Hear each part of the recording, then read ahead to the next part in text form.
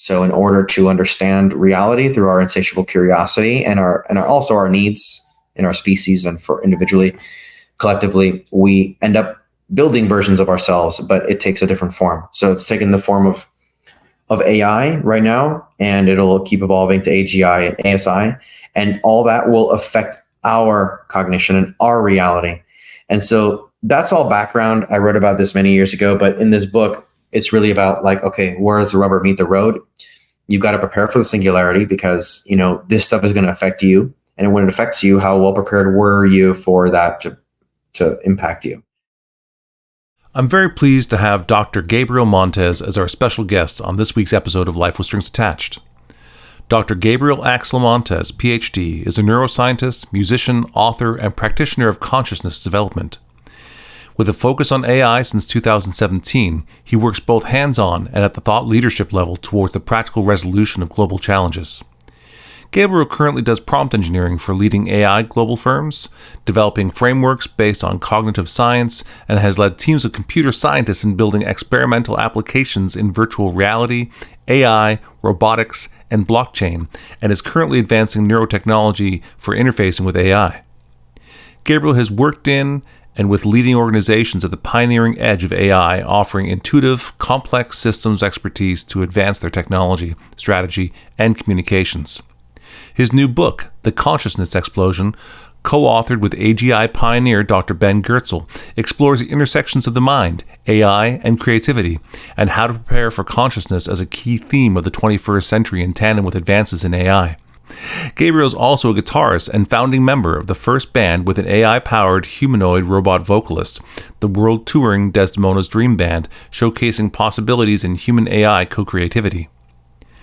An artist at heart, Gabriel applies transdisciplinary creativity and synthesis to identify leverage points in technology, organizations, and systems.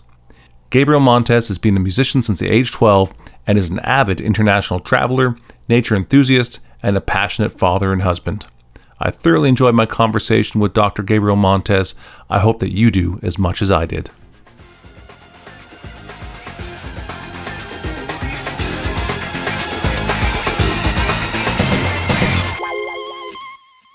Gabriel, welcome to Life with Strings Attached. Thank you so much for being on the show. Jamie, great to see you again. Thanks for having me. Yeah, it's great. And thanks for agreeing to this time. I know it's quite early for you there in New Zealand. Absolutely. No problem. It's a pleasure. It comes with the deal of moving to faraway antipodean places. Yeah. And, we also make it slightly more complicated because although our listeners probably don't know, our tech is actually in France. And so we're spreading across 3 time zones here for this one today. So finding the one time can be a challenge. So anyways, that's really great. And actually, we haven't caught up in a little bit. I would love to hear what brought you to New Zealand, because last time I heard you were in Seattle, I think. I was over the past few years, I've been traveling quite a bit with myself and my family. We were in Hong Kong for a while. That was the last, where I was really last, and we still have our ties to Hong Kong, and we'll certainly be back and visit. That said, New Zealand is just, for me, it's really like, I get a lot out of where I am physically. There's a sort of like psychology of being on a certain piece of land. I found I started feeling this when I lived in Australia for a while, 8 years ago or so. And I kind of felt different being somewhere. And I felt that it wasn't quite just due to the people or the culture per se. I felt that there was something more going on. So I really love attuning to the music of the spheres, if you will, if that makes any sense. Like New Zealand is a very calm place. I actually find myself better able to focus here. I've got a family with very young kids, and it just seems like a really nice place for kids a very wholesome place for kids to, be and spend at least their early years. So that's kind of the main reason, why we're here. And it's so far so great. That's wonderful to hear. I love the sort of consciousness of where you're going to raise your family and raise your children. I think that most people just sort of do it wherever they happen to be. And like you, my wife and I made very active choices about our children. Frankly, my wife mostly made the choices, which I thought she did a great job with, and I supported in many ways. But it's taking the raising of your children seriously is. I feel like we shouldn't have to talk about it, but I think it needs to be talked about. I don't think people are being so conscious on that, and so I applaud you and your wife for making those choices. Well done. Yeah. Thank you. It's certainly an active thing that we think about. And just the other day, when you're raising kids, as you know, you're learning as you go. There's, we had all these fantastic experiences in Alaska, in Miami, in Europe, in Hong Kong with our now 3.5-year-old. And just the other day, I was asking him about some things which has happened a couple months ago, and he seemed to not fully remember, even though he does refer to certain things in his environment. He didn't seem to fully remember it the way I thought he might, and because he was remembering things before. So, in other words, like the memory psychological structure of a child growing up is I wasn't prepared to. That came as a surprise to me. And he's already 3.5, so he has memories. So these kind of things I'm just picking up as I go along. So hopefully my kids will have experiences that they remember later instead of asking me, Dad, why'd you have all the cool stuff before we remembered anything? Yeah. And, even in that, retrospectively, we appreciate things differently as well. It's during my kids, really some very prime formative years. Both of my children, they're 2 years apart, but they spent their 12th year traveling with mom and dad in a motorhome all over North America, to which at the time, my daughter wrote a book that's in the Brooklyn Art Library that basically shows this 12-year-old girl being thrown into an RV, her version of hell, and being taken off away from the people she cared about. But now she looks back at it and like there's a version of this book that's sitting in Brooklyn in the library right now. But now she looks back at it as an adult. She's almost 27 now. She's got her first child. She's a mother, and she realizes the opportunity that she had that almost no one else she knows had. And what an incredible advantage it was for her in the experience. So even as time goes by, we'll begin to start to recategorize and reframe all those experiences. Yeah.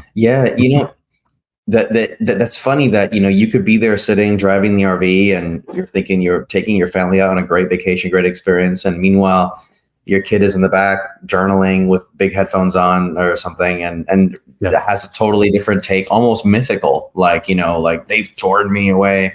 And I noticed that with my kids as well. There's kind of some mythicality to some early memories, and those must have like a big like color like spread on a canvas of their mind. Earlier on I studied kind of the brain and how it perceives visual art, and lines and so on are perceived in a particular way, and then colors inside a shape. If you're crisscrossing lines and you put just a dab of a color inside a shape without even filling the whole shape up, just putting a dab, your brain will fill it for you. It'll kind of assume that box is filled with a certain color if just a little bit is in there. So color has a spread to it, and I feel like emotions are a little bit like that. If you feel something, you'll sort of like plaster it all over your experience, and you'll almost need to like reconstruct it years later to recontextualize it. And that makes me wonder sometimes about human life on this planet. We're living our lives, and our ego personalities are being constructed, and hopefully in healthy ways as we go along.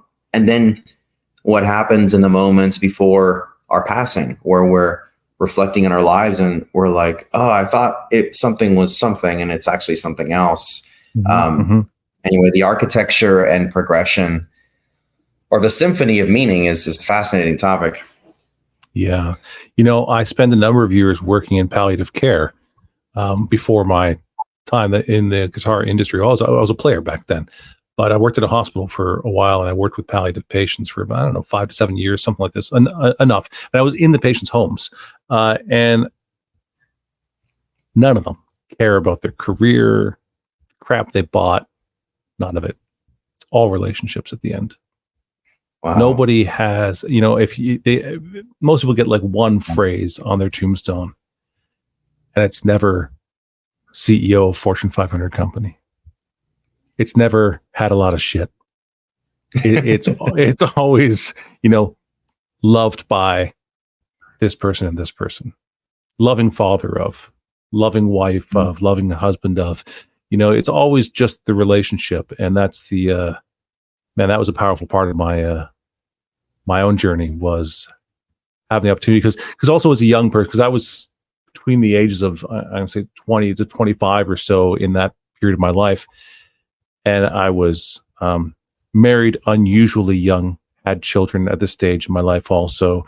And so those old people felt like a real obligation to tell me the meaning of life, like to tell me what this is. They're dying. They want me to know you're a young guy with kids and a wife, love them, and that's what it's all about. And that's,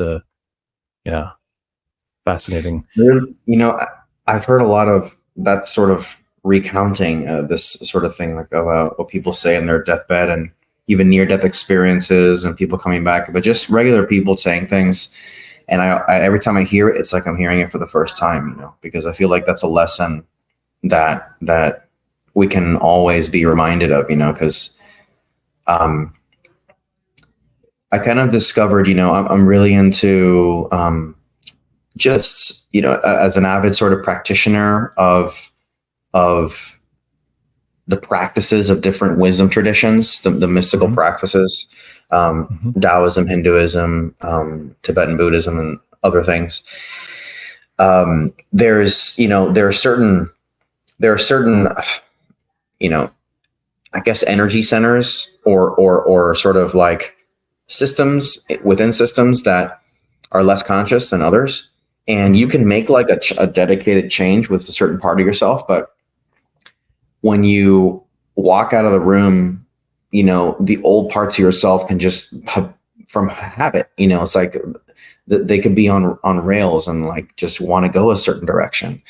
Mm-hmm. So, you might have this insight, and tweet about it, and maybe write a book about it or something. And, you wake up the next day, and if it's not ingrained in habit all the way down to the center of the earth, as it were, you can easily go the other way. So, hence the phrase, like when you walk out of the room, what do you might have a meeting, it might be or a workshop, it might be transformative, but when you walk out of the room, what, you kind of subconsciously take on the old, sort of the emotional, psychological constructs of the organization you work in, the society you live in, those rules and codes that we live by. And, you might have an inspiring moment and be like, oh, how do you might crash up against it, happened to me kind of as a young, college student musician, where I was like, I wanted to see the world as music, and I wasn't sure how to square that with, well, people always tell you, if you do music, it's, it's going to be hard. You're going to have to be scraping by all the time, these kind of things. And you try to make sense of those as you grow up and find your balance. Yep. Another part of what I do, we have a Patreon called The Business of Guitar. And so many people within the guitar business, are just following their love of music, and they're just in there and they're just trying to make it work. But there was no training for how to make money doing this thing. Right. And and some of them just kind of end up there. And it's really interesting. There was I had a brilliant young guy working for me when I had a music store years ago. And he was quite young when he said this to me. But he said that most people make their decisions through indecision. They end up somewhere. It's certainly not you. It's certainly not me. But I see it in the world around me that people just kind of end up somewhere. And if you look at the people you interact through day to day, you think, I don't know if that's a series of conscious choices that gets you to exactly that spot doing that thing, and Right. it's a hard thing to talk about because I don't mean that the person isn't valuable, but I think that they're probably, it's highly unlikely they're living out their dream doing what they're doing right now, right? And so how did that happen? And it's this sort of mindfulness and sort of consciousness, which I know are themes that you've thought and worked on a great deal, that sort of get people into positions, and that a lot of people in the arts kind of end up somewhere. They end up doing something else because they need to take care of their needs. They need to pay the rent. They need to do something, and they're I don't want to make this all sad. Their dreams slowly die in the vine. but they're not. But they weren't willing to make the compromises to reorient themselves into finding a way to make that thing work. And it's not just the arts; it's other things also. There's famously. What a strange thing to talk about. It's the example I can think of right now because Simon Sinek said it in his great TED Talk. It's still one of the top 10 TED Talks in history. Start with why. And he talked about that at one point when we had ice boxes, that there were people who lived. Actually, I live on a lake in northern Canada. So presumably there were people here who used to cut the ice in the wintertime and put it in a cave and sawdust and sell it to people in the hot summertime, as ice. But for their ice boxes. But virtually none of them on record ever transitioned into refrigeration because they saw themselves as being in the ice business. All right. No one gives a damn about your ice. They don't want their milk to go bad or their meat to spoil or whatever it happened to be, right? And too many people see themselves as ice cutters when they were in the food preservation business. And I think that it's unfortunate when artists sort of pen themselves into being exactly, I'm going to be a rock star playing guitar, and that's the only iteration of being creative I can think of. And I think that's really unfortunate because you can remain creative and you can remain exercising those gifts and skills that you have and be very fulfilled if you're willing to sort of adjust and compromise in those areas. So no, there's a lot of great stuff there to reflect on that you mentioned. And I remember, in university, I was under this impression that I felt like, I want to help people. And I thought the way to do that is to become a medical doctor. Can you imagine? I mean, that's like 4 years of med school plus a bunch of, so you're looking at just 8 to 12 years of whatever, education before you get out and you're finally able to help people. And so, some intuition kind of led me to think, and I was thinking through it, like, this is not quite right. There's many ways to help people. So something that's helped me a lot is, we about ending up somewhere unconsciously and so on. I mean, I think sometimes we wonder like, oh, I could have never imagined how I ended up in this job. It was by luck. Maybe I knew someone and I was looking somewhere else and then I landed this. So I guess not everything is fully, planned out in some ways, the minutia, but there's a way of like I think fully like unconscious decision making, so to speak, is like kind of this rock tumbler where people are going through life and just like hitting against things and like bouncing against them, and it's chips and scrapes, and then they end up somewhere and they're like, a bit battered up. And you can kind of see that, people that have had it rough, and that's just like maybe the caricaturized version that we see sometimes. But then there's a whole spectrum in between that and maybe some whatever might be considered, a very conscious set of choices. So I think ultra plan, they named it, they claimed it, they're living their dream. If that person actually exists, but conceptually they do. Yeah. I mean, it's a lot of these things are ideas too. And, there's a lot of mystery in life and how it happens. I think musically for me, I was sort of like born a scientist, but one side of my family was extremely creative. And the other one was more like, in the Air Force and doctors and this kind of like left brained, if you will. And the other one was a totally different angle. And I think the thing for me has been intrinsic motivation. So I always knew that if I just don't engage with music creatively, if I don't pick up the guitar at least every so often, there's a part of me that doesn't feel right and it'll feel off and, not quite in balance. So I would usually just play guitar for like almost, I don't want to say existential reasons, but, just an inner sense of like, I have to, keep my inner garden in good shape so that I can just be a happy person. So, and as I kept doing that, then music never quite left my life. And I sort of learned to, you kind of, when you hold something so close all the time, I think you sort of project that into the environment somehow in your expectations, predictions, and what you're attracted to, and, the conversations you might spend time on and stuff. So that kind of, I think, played a part in keeping music as an active activity and being in a band and so on throughout my life. Great. Was that a reference to the concept from As a Man Thinketh? I don't remember the author of that book. No, I don't. It wasn't a direct reference, but I'm sure there's a relationship. All right. So I've had this in my head since I was, honestly, as a teenager, I got involved with Amway and was fed all the positive mental attitude books and Think and Grow Rich and How to Win Friends and Influence People and all this. And one of these little books was called As a Man Thinketh. And the opening of this, I'll never forget. I think I've got it right anyways. And it said that it was written in Old English. So I presume the book was fairly old. It said, you can liken your mind unto a garden, which can either be intelligently cultivated or allowed to run wild. But whether you choose to cultivate it or let it run wild, it will, and it must bring forth. The garden's going to produce, your mind is going to produce things. The garden is going to produce things. You can just let it do whatever if you want, or you can cultivate it, and that's where all these ideas of garbage in, garbage out, and all this sort of concepts. I didn't expose myself. I didn't waste my time doing stuff that I thought, I just don't want that in my head. I don't want to watch that thing. I don't want to have that image come up at some random point in my life with that awful thing happening in this movie or whatever. And so, anyways, I don't often hear someone talk about that, but I suppose in the Eastern mysticisms that you were talking about, that there's probably a lot of garden talk. Yeah, that metaphor fits quite a bit. Speaking of that, I think it was my brother that told me once that, he likens certain kinds of internet information to junk food.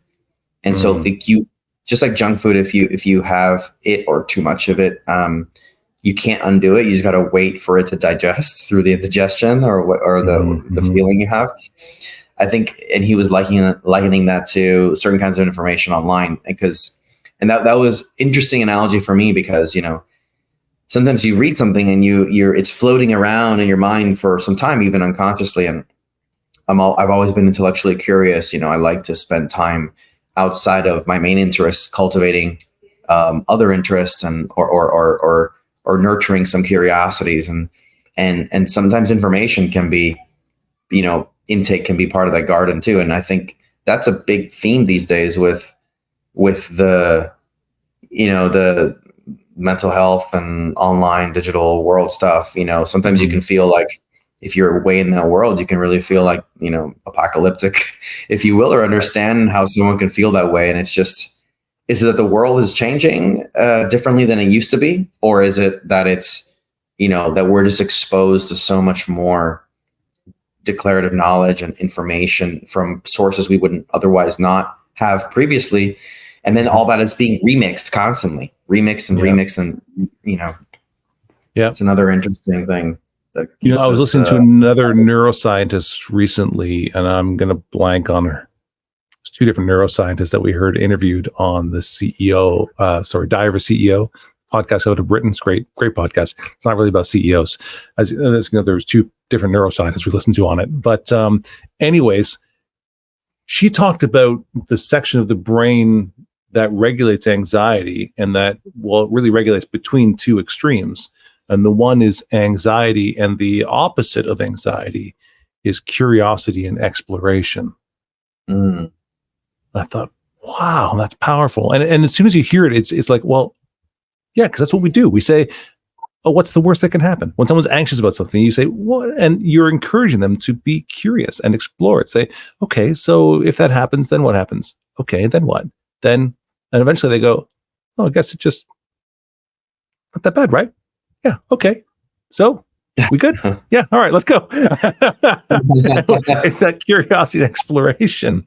And there's this incredible incuriosity happening right now. Now we're getting into some socio sort of political side of things here, which of course I'd be happy to get into. But I do want to make sure you and I don't just chat through this whole thing without getting into some of the topics that we're supposed to get into.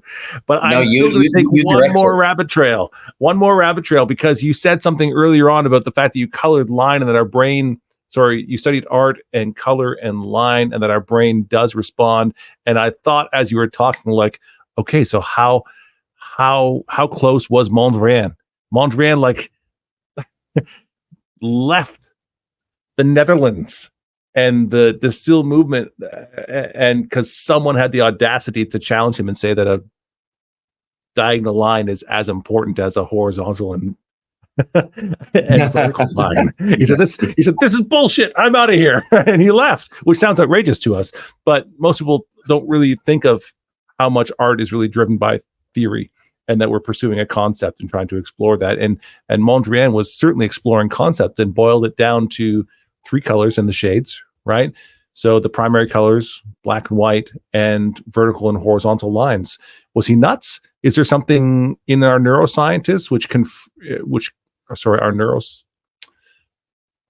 as a neuroscientist, did you find evidence for what he was talking about? I mean, I think you can easily come up with a different theory that could explain the similar phenomena. Of course, we know certain sciences about primary colors and how colors mix, but his theory led him somewhere, and so it's kind of about his journey, I think, to arriving in a place where he was expressing something and using meaning making. The science is kind of an interesting retrospect at how some of these people were harnessing the tricks of the brain to the functionalities to be able to produce the effects that they were producing. So you look at like the Impressionists, for example, and their what they were doing and the kind of blurry stuff and that you see Monet doing and so on and so forth. That activates the brain in a different way than having realism. Or something that's much more high def, if you will. So there's these people these artists were kind of triggering certain states in a way that we can reliably look at in the brain and say, yeah, this is what their style does. And it's these kinds of activations, these kind of pathways.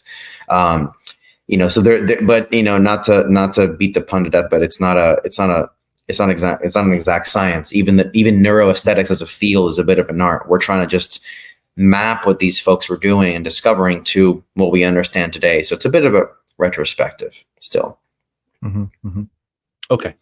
I thought I would regret not asking that question to you if once you said it, and we could go down that for a while, because of course most people see something like Mark Rothko's work and think that's utter nonsense. But I'm curious to know what it does with stimulating our brain, because it looks like just colors splattered on a canvas, right? But those colors do mean something to us, right? Well, as a matter of fact, the fact that we even call it a color is us identifying it as something, and there is meaning behind why we identify that at all. Why we can tell that grouping of matter, and we call that grouping of matter that hits a certain tipping point now red versus green or blue or yellow or something else. And so surely it means something. But let's go. I want to dive into some of your work here on really that's specific to neuroscience, and not just the type of conversation I could have with any lovely, intelligent person, if that's all right with you. And I got to tell you, as I've been thinking about having this conversation with you, my mind, of course, was, having tangents, different ideas and concepts which we could consider. And then I went and reviewed some of the things that we've been involved with together, like the Venice Biennale, where we had a panel on the gesture that we were both on. And I listened to your talk there, and I looked at the presentation that you gave again. And I also read your biography again. And I'm trying to parse out here, trying to keep it to neuroscience. And I would think about questions and go, well, Jamie, that's really psychology, you know? But then I looked at your presentation and you bring up Ken Wilber's work, who was a psychologist, where you actually showed a map, the sort of integral of the 4-quadrant grid, which talks about all human knowledge and experience, and he charts it out.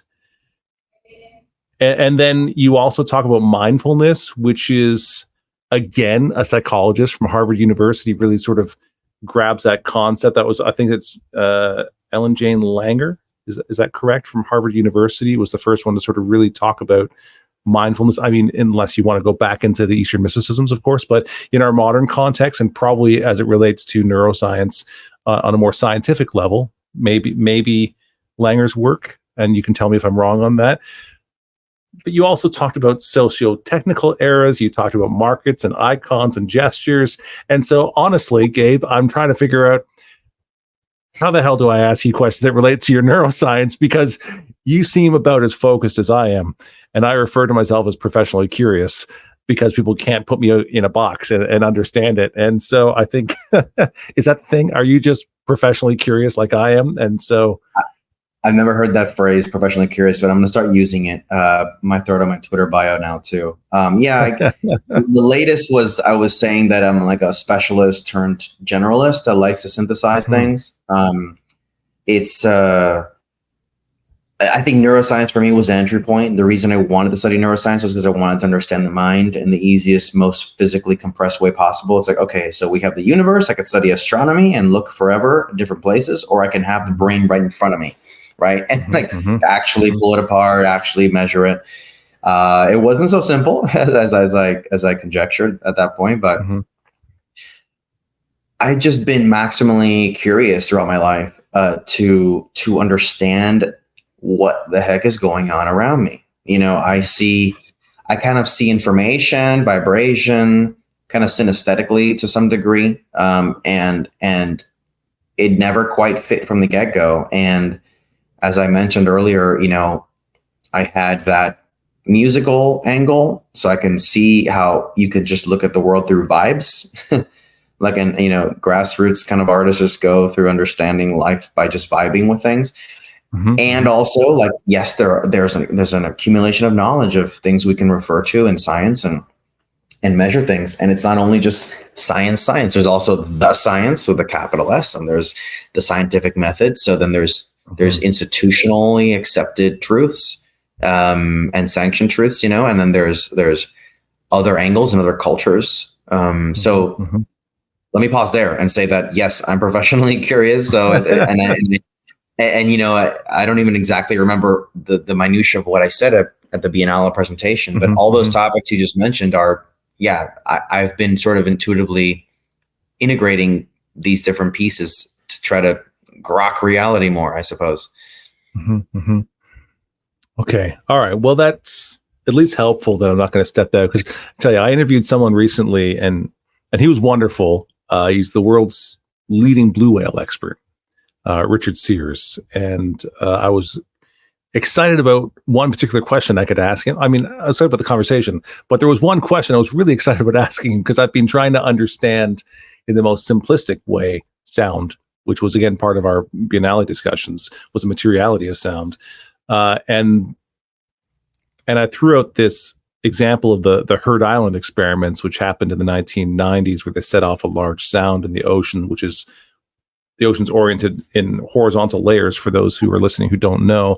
And the whales tend to communicate over long distances within a particular layer, which is very focused. So the energy transfers through it. And they told the other listening stations around the world to listen for this sound. Hey, if you hear this sound, please write down the time. Tell us when it happened. And so they set off the noise, and on the other side of the planet, 2 hours later, they reported the sound. The other side of the planet, 2 hours. So I was so excited to talk with my blue whale specialist, marine mammalogist friend. And I bring it up. He's like, yeah, that's not my area of studies. That is fascinating. Moving on. Yeah. I'm gonna have to listen to that episode. It sounds fascinating, though. The blue whale expert. I mean, that's quite a field. Yes, it is. And you know, I'm not trying to make fun of Richard, but I think that there are scientists who I've heard many scientists, like, very quickly when a question is answered, say that I'm not an expert in that field. And many are very quick to sort of say, I can't really comment on that because I'm not an expert in that, you know, and so that's fair enough, you know. No, absolutely, and you know, and I will say that at certain points for sure, because you know, there you know, an extreme case is someone who's asking me to diagnose them based on their MRIs, you know, and I'm like, I'm not a doctor, I'm a neuroscientist, and I love looking at scans, but that's not my jam, you know. So yes. Yeah. I try not to stay in any lane. So there's a bit of iconoclasm to what I do and how I operate, but at the same time, I'm like, look, if it's just a piece of declarative knowledge you can get from some other expert, I'm not gonna, ruin, you know, the opportunity. I'll just let you go find it somewhere else, I hope. Yeah, sure. Cedar Creek Custom Case Shop is your premier fretted instrument custom case maker, and we invite you to create a musical instrument case unlike any other, one that's unique to you. Every Cedar Creek custom case is hand-built by highly skilled craftspeople using only select woods, Providence Forge hardware, and premium instrument-friendly materials. At Cedar Creek Custom Case Shop, we are dedicated to helping you design the case of your dreams. Find out more at cedarcreekcases.com. So, okay, so now I know that the playing field is just sort of wide open, which is great. We can talk about almost anything at this point. But there is a funny little thing in the guitar industry, which I'm sure you're well aware of, that we use an acronym called GAS for Gear Acquisition Syndrome. And you've probably never suffered from it personally because you have it very well together. Neither have I. talk about unconsciously ending up somewhere. We were talking about this. That's How right. did I end up? So this gear acquisition syndrome is this, for those listening, is this sort of idea that there's just kind of almost never enough. You know, there's never enough guitars, there's never enough effects pedals or drums or cymbals or whatever music you happen to make. You know, there's always another possibility for expression.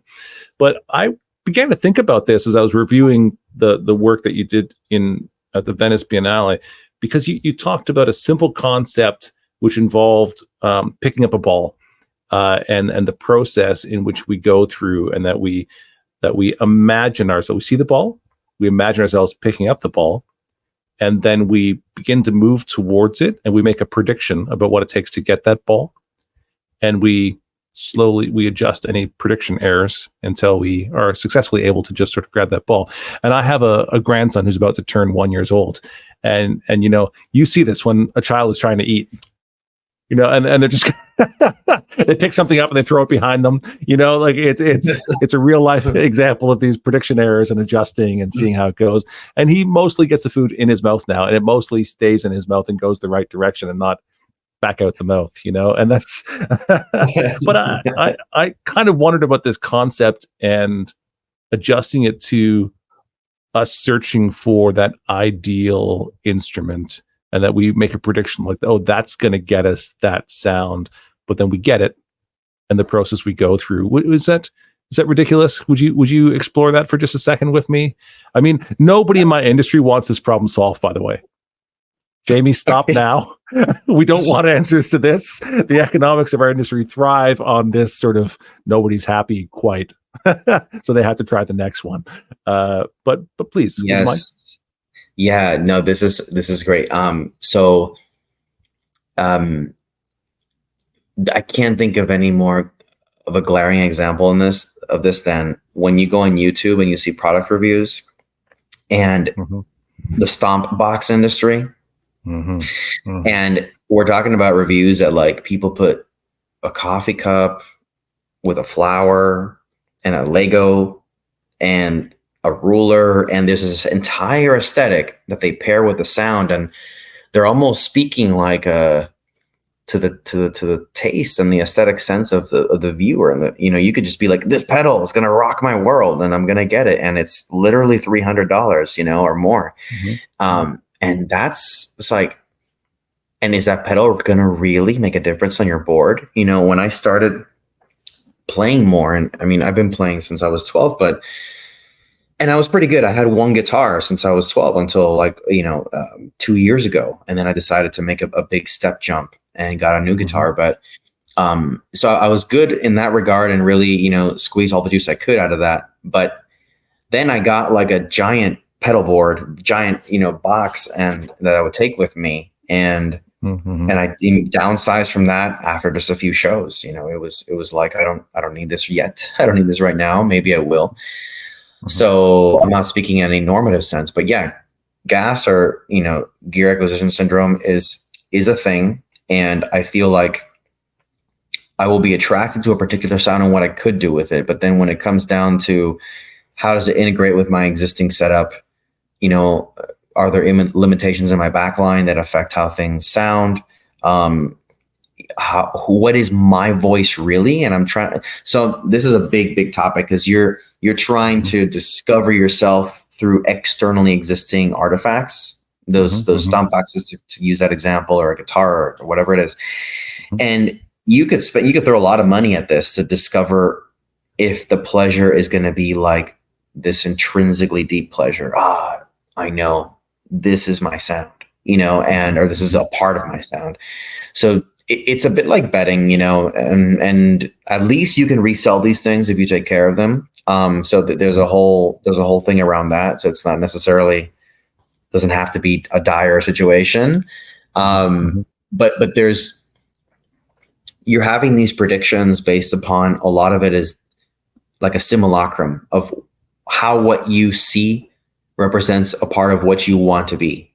So, let's just as a quick aside, fashion and clothing. So some people wear things that feel are an expression of who they are, and other people feel they wear something to make themselves feel a certain way. So one of them is inside out fashion, and the other one's outside in fashion, right? So wearing suit and tie to work, that's an outside in fashion. And it could become an inside out because you look at yourself in the mirror and you kind of synchronize the outside in and the inside out. You're like, this is who I am, and you're kind of meeting the society, the expectation, and you're becoming a better agent of this function in work and organization. With music, it could be a bit the same thing. It's like you could have no idea what your sound is, and then decide to, grab things that you think sound great. And can you fully discover who you are without external artifacts to guide you? Is a question that I think is a very fun question, riddled with adventure and topsy-turviness in life that I don't have the answer to. But this actually connects with AI, and I'll also leave that for later if you want. But what we're doing with AI and intelligence and consciousness and at large, because this is a cognitive primitive in the brain that's affecting the way that we dualistically get confused between external artifact, what it represents, and what part of us inside is searching for what and who we are and building ourselves. Okay, and since you brought up the AI topic, by the way, I have full intentions of talking about your new book, by the way. It will happen before we're done here. I'm just trying to arrange a flow of information here. And so, okay. There's so many. I have such a long list of things I want to talk to you about. But let's try and organize it here. So you mentioned something a moment ago, which relates to all of this. And you talked about your sound. And you also sort of brush past the fact that you have synesthesia, which I think a lot of people probably don't know what synesthesia is. Would you like to explain synesthesia for a moment for our listeners? Yeah, sure. I mean,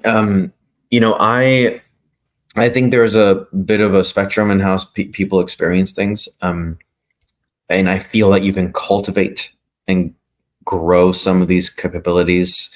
Some people are born with outright, like hardwired synesthesia, and they're they see colors, or when or certain kind of patterns, or hear things when they see something. So it's kind of like, imagine that when you see something, you're also hearing something that relates to what you've seen, and you can even, so your five senses or so, there's some cross wiring.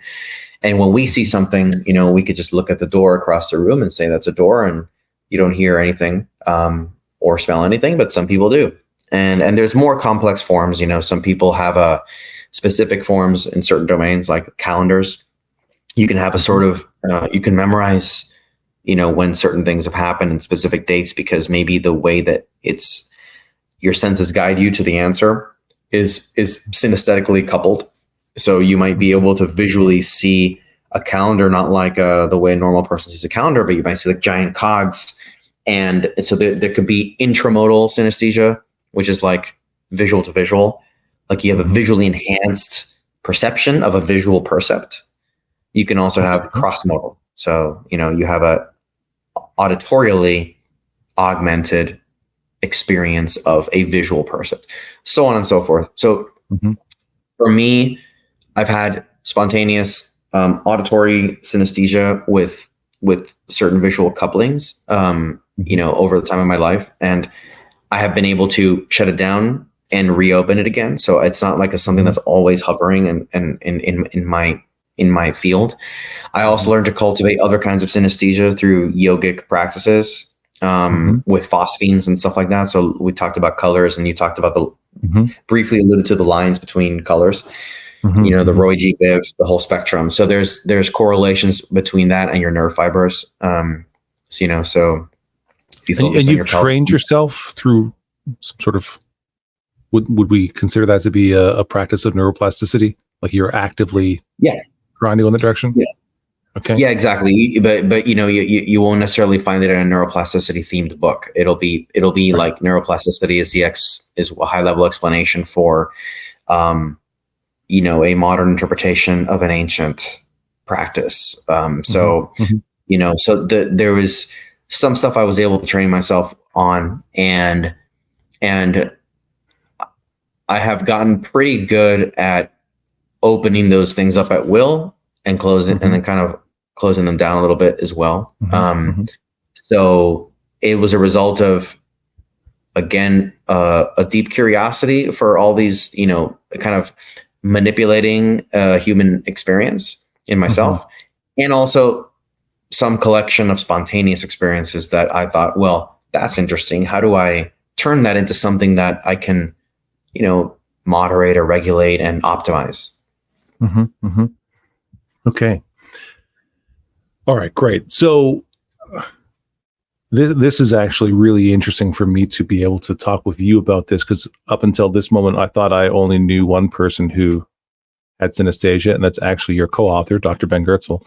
And so I would love to be able to share with you some of the work that I've been doing, and I've shared with many of our guests, but I'm trying to get their feedback from different angles, and maybe they can shoot some holes in it to see how it holds up. But I am not academically trained. I'm not formally trained in any of my thoughts or work that I do. I'm not a scientist, and I've been trying to understand sound in its simplest of forms. And so for me, when I try and simplify sound, as my inspiration, Konstantin Brancusi, when he said that simplicity is complexity resolved, when I try and resolve the complexity of what is happening with sound so I can understand it as far as a musical instrument is concerned, I get it down to three sections, three words. The first is movement, because movement and energy are the same within the physics sense. But we're going to use movement because it's useful when we're talking about creating acoustic objects.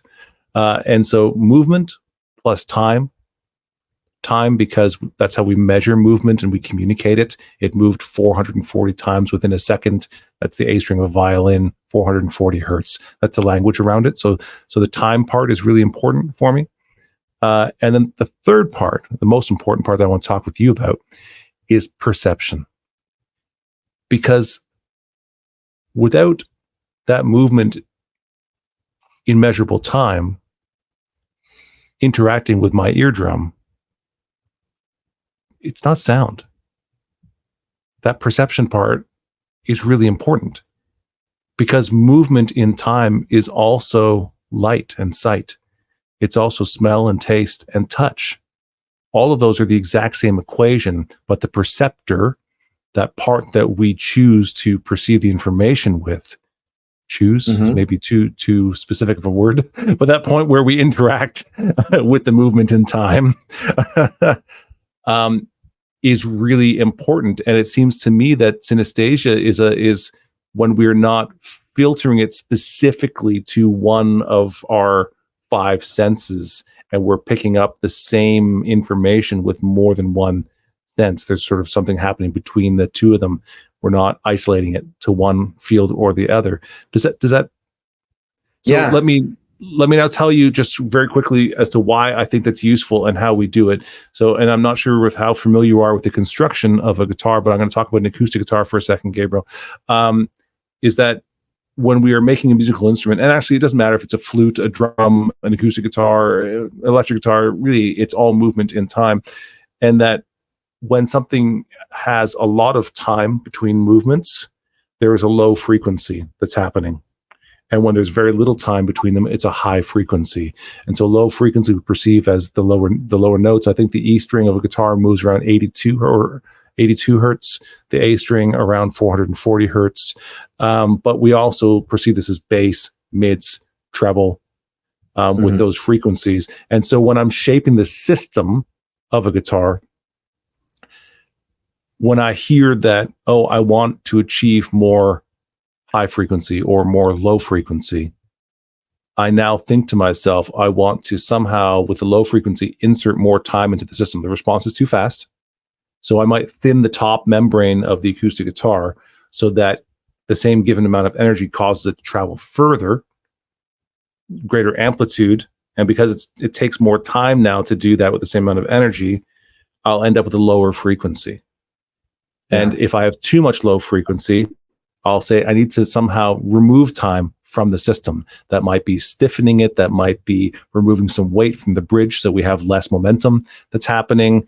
It might be reducing or opening the aperture of the sound hole in an acoustic guitar, or with a pipe organ or a flute. You change that distance and we make less efficient or more efficient. So I'm now going to choose to affect movement and time by either putting an obstacle in its way or by making an affordance, by removing an obstacle.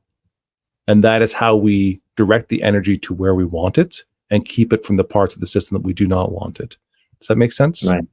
Yeah, that's fascinating. I love to hear it this way. It's you definitely honed a skill. The last bit reminds me of martial arts. You know, someone put an obstacle or remove an obstacle and create affordances and so on. Right. Don't stand in front of that punch. You don't need to. You can, but there's probably a better way to do it, you know, or and that's exactly it. So there are times where I think, oh, in this case, it's better to be a bending reed than a stiff oak, you know, basically sort of martial arts and kung fu sort of thinking. So now let's take this back. So this movement in time and perception. I also know that, or I've heard from someone else whose wife is a neuroscientist who worked on cochlear implants, that when we use a cochlear implant, we're not using the eardrum at all. And that when we go directly to the auditory sensors, that our brain is actually capable of perceiving much lower and higher frequencies than what our eardrum has been evolved to. And so the range of sound that we produce, our brain is somehow capable of hearing a much wider range than our eardrum is choosing through evolution. I'm going to say, you know, that's dangerous. Yeah. That's not dangerous. We need to hear it. We don't need to hear it, possibly. And now I'm just going to shut up. So of the things I said there, does it make you think anything? And do you have some responses for me about perception? Yeah. No, this is really an interesting topic that can be quite deep, actually. So I'm fascinated by how the brain and our bodies, how our vehicle for perception, if you will, shapes what we can perceive and how we perceive it. So there's this big debate in consciousness and philosophy and neuroscience about consciousness and what is consciousness. And it's kind of like the word God. It has like a dozen or more meanings, right? So like people can be talking about consciousness and they really mean different things, And so there's usually this assumption by people and their beliefs before they even put the pen to paper and come up with theories is that, well, consciousness is very much related to what I see and my perception and my embodied perception, right? Well, so what I've argued in one of my publications 4 years ago or so, or 6 now, is that the association with consciousness being in the body and like being native to the body, and being constructed by the body fully from whole cloth, right? I'm not talking about like you remove a part of the brain and your perception's affected. I mean, like consciousness itself at the very root is there is this belief that it's tethered to the body. And what I argue is that it's actually just an evergreen statistic that's constructed because, and it's always there. So you assume it's kind of permanent, is that all of our senses are basically perceived on a locus in time space, which is our body. So we've got our eyes, our nose, and so on and so forth. Our ears are all on the head, and we've got our skin on our body. So the nexus of your different senses are on your body, and many of them on your head. And so as you take in information and you form your priors and you make predictions and you have prediction errors, right? As you mentioned to earlier, which is basically a training mechanism for you to, when you bump up against these things, to learn, if you're crafting a guitar and you design it one way and you try to go the other way, if that doesn't work, or you have maybe scrap it and choose a different wood. So this is all part of the training process throughout evolution and throughout our life from birth and even before birth in utero, arguably. We're constructing like statistical information about where our senses are coming from and where most of our resources should be dedicated to. So we have dedicated most of our attentional resources to the 3-dimensional realm for physical survival and social relationships and things like that, and finding food. So, but that doesn't mean that intrinsically, that inherently, the consciousness is located in the body. So what I kind of have argued is that is just an evergreen statistic that forms a very strong prior for everything. And it shapes what we can see, how we can see it, as you've alluded to, their nerve fibers and their frequencies and their what does that afford us to be able to perceive? What is the ceiling and what is the floor of a particular frequency, regardless of modality? I believe more that the brain is more like an executive producer of consciousness, meaning that is the thing that determines the resources that we're going to throw at this thing, at human existence. Say, okay, you've got this much bandwidth for your ear, go. This much for your nose, go. This much, you got all these vertebrae, all these nerves, and you got two legs, 2 arms, and so on. So, and off you go to the races. Other species, they're bilateral. They have some similarities, meaning a bilateral nervous system, right? Two sides. And there might be species that are not bilateral and organisms that are not that case. And then we get into the whole, species in other planets and so on and so forth. So just, bringing it back in, with synesthesia, you could, in the creative process or in just the life process of perception in general,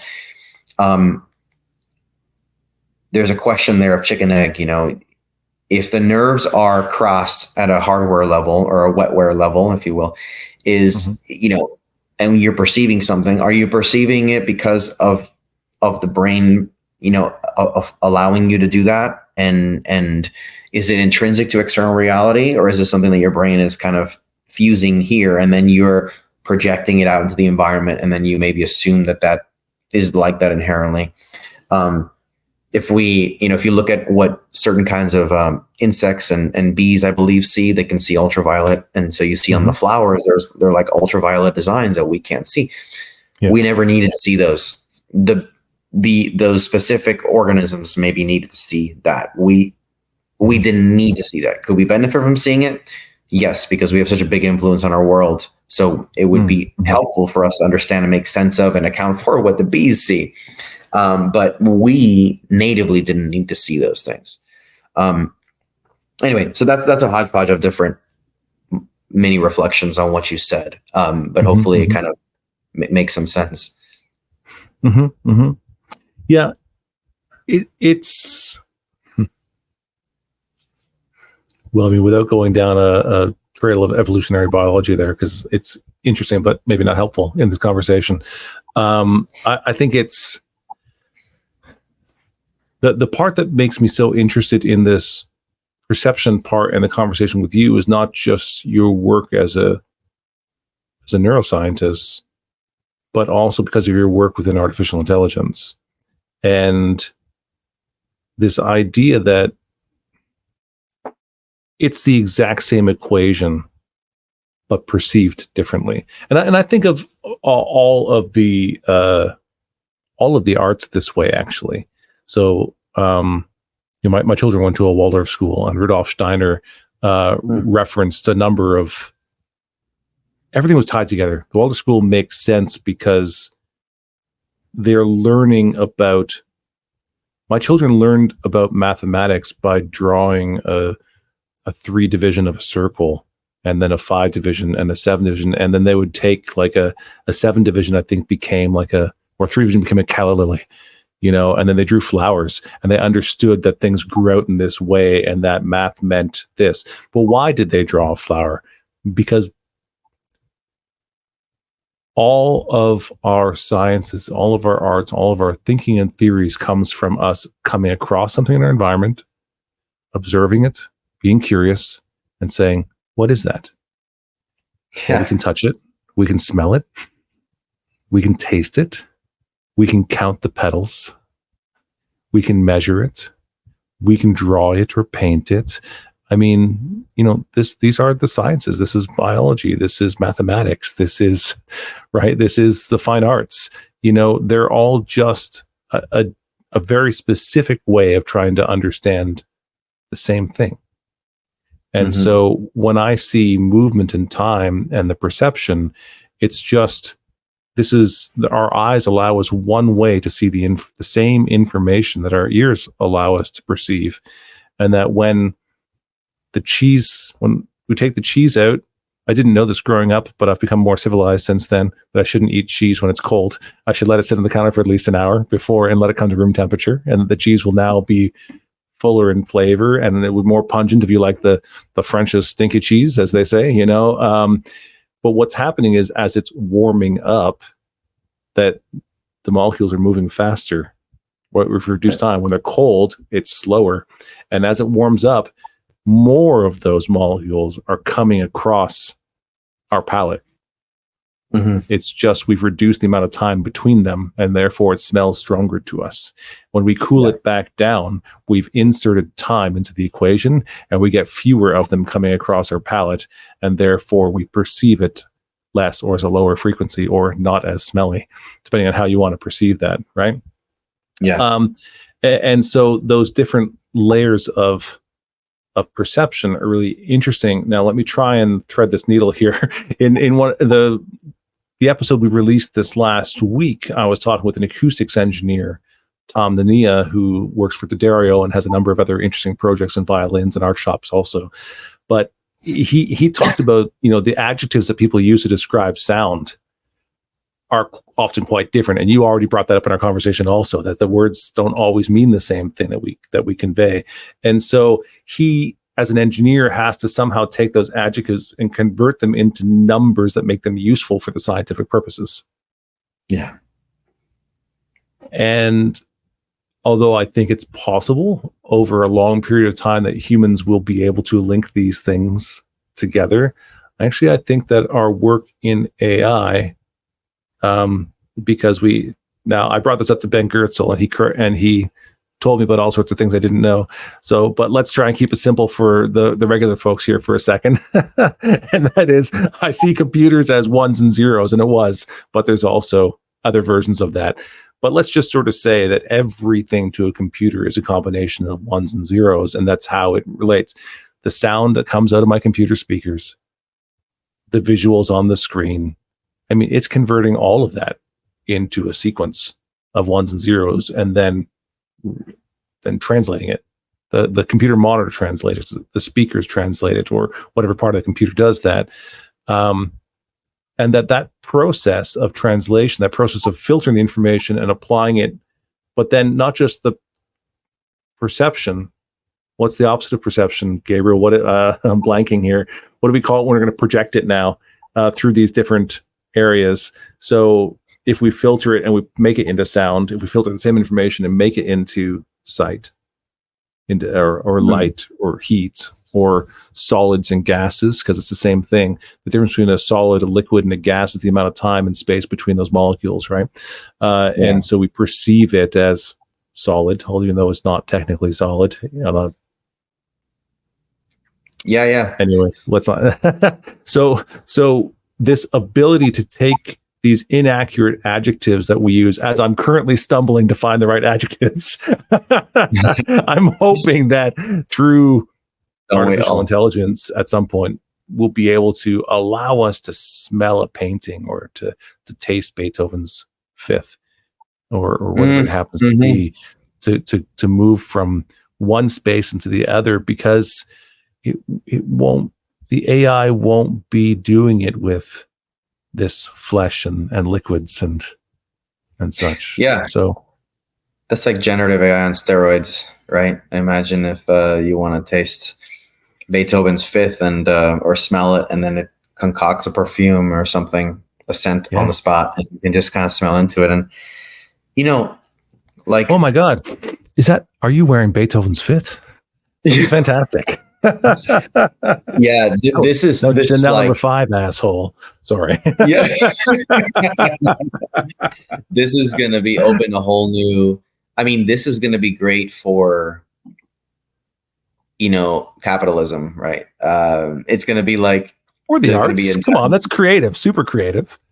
Yeah. I mean, imagine all the markets it'll open up, and how to smell like Beethoven's Fifth, and then we'll wonder, did Beethoven, is that actually something he experienced or not, or is it like somebody else's invention? And it won't matter in terms of consumption, but for the masses at least.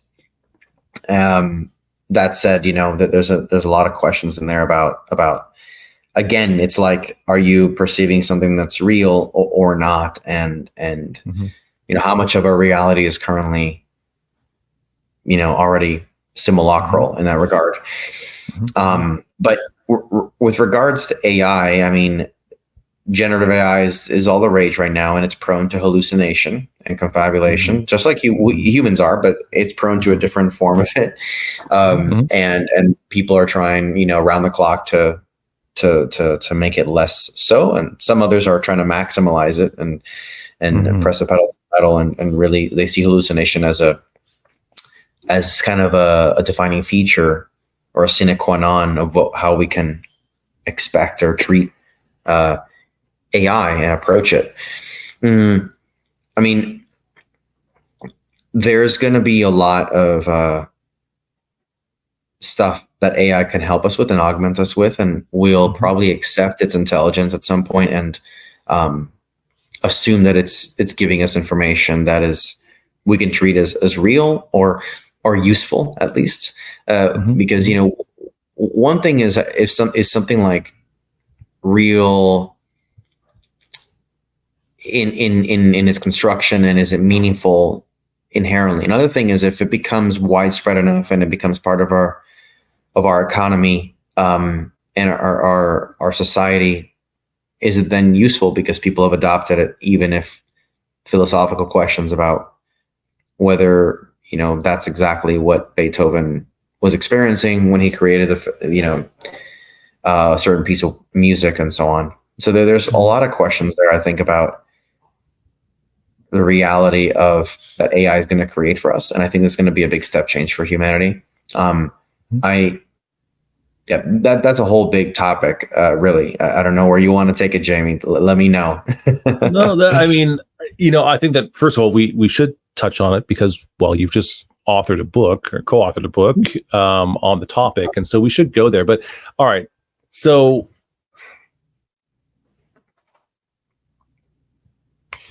let's wrap up with the AI part. I want to go, but I want to hit a topic or two before we get there. So we'll come back to the AI part and your book, because there's a couple of other things which are fascinating to me on the neuroscience side of things, or at least I think they are, anyways. And that is sort of perception again. That I think we see the world in a sufficiently useful low resolution version, which is something I heard a psychologist say at some point. To a sufficiently useful low resolution. Right. Version. And I wondered about the hierarchy order within that, that we have, let's bring this down to simple guitars again for a second. This is Life with Strings Attached. That in the order of hierarchy, we can say this is an acoustic guitar. Well, it's a dreadnought, might be the second order within that. But then from there, is it a bluegrass dreadnought or it is a modern fingerstyle dreadnought? Might be the third most important thing, or so on and so forth, right? And so, when it comes to seeing the world in a sufficiently useful low resolution version, is there a standardly understood hierarchy of information that we perceive that might be understandable by the layperson and useful? Yeah. So. I think the simplest way to look at this is commonly understood models of the brain. So the triune brain is one, the left-right brain is another, and to some degree these things are overestimations or caricaturizations, but they are still quite useful. And then the spinal cord, right? So the spinal cord is just like, you're looking at just basic, almost like amoebic irritability. Like your spinal cord can do things without alerting your brain about it. That's how we can move, and I can adjust my posture while focusing on intellectual things and not thinking about it. So there's almost like a underground real estate, if you will, while I can focus on the above ground real estate. And it's like that, the brain all the way up. If you scale that for, not just spinal cord and neocortex, which is more, the refined thought, everything in between as well is kind of gradations along that. It's from something that's a bit automatic, something that's a bit more ornate. So you look at the limbic system, the reptilian brain below it, and then the spinal cord, and then on top of the limbic system, you've got the cortex and neocortex. And some things are debated whether the limbic or the cortex, but still. So you've got, this is the handy model of the brain, which is used a lot by Dr. Dan Siegel. And so you've got the spinal cord here, reptilian sort of brainstem, they call it reptilian brain. Brainstem is autonomic, right? So this is about breathing, automatic breathing, heart rate regulation of that sort of thing, cerebellum, so movement. But all that stuff gets bootstrapped up to limbic, which is more emotional. So this is the thumb right here. It's in the middle, and then around it is wrapping around the cortex. So the limbic, you still you have the amygdala, which is related to fear, and maybe it's what you were talking about earlier, part of the brain that regulates anxiety. Amygdala is quite known for fear, and kind of like retraining of trauma has a lot to do with clearing up your whatever's going on in the amygdala, and then cortex on top, and then the fingernails are the prefrontal cortex, which is the most, what they call the executive function, which is the regulatory functionality. So as you go up, though, you have more and more refined and more ornate and sophisticated forms of constructs, concepts, and language, and things that are more about your species, so then more and more defining like how that's deviating from the reality out there in a sense. So you could argue that spinal cord is responding in a very direct way to things, And then reptilian brain is like, okay, food, survival in this wild 3D environment. And then you get to the emotions, you get to, the mammalian brain, right? Which is like affiliation and care and concern. And also just raw emotions too. And then on top of that, you get the part of the brain that represents, the civilizational achievements and intellectual achievements and creative and control and regulation over your life. So this is all, if you look at Ken Wilber's model, this is all kind of integral theory. The interior, the nervous system is developing to some degree over long time horizons, in tandem with society around you, right? So if we're all worried only about 3D realm, and survival, it's just reptilian brain and spinal cord and basic reproduction. And then if you get into forming, affiliative care and families and actually, something beyond just survival, you're looking at the mammalian brain, the limbic system.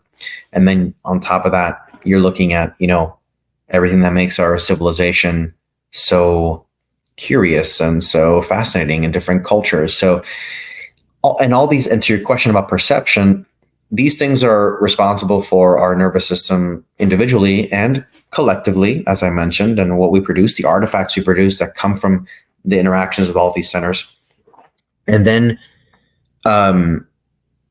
perceptually, the kinds of prediction errors and the kinds of things that are happening at a neural level are changing from these areas. So if you focus on your breathing, and as a meditative technique, it's a great way to help you focus because you just focus on your lungs and your belly. And, you can even focus on other autonomic functions, your heart rate.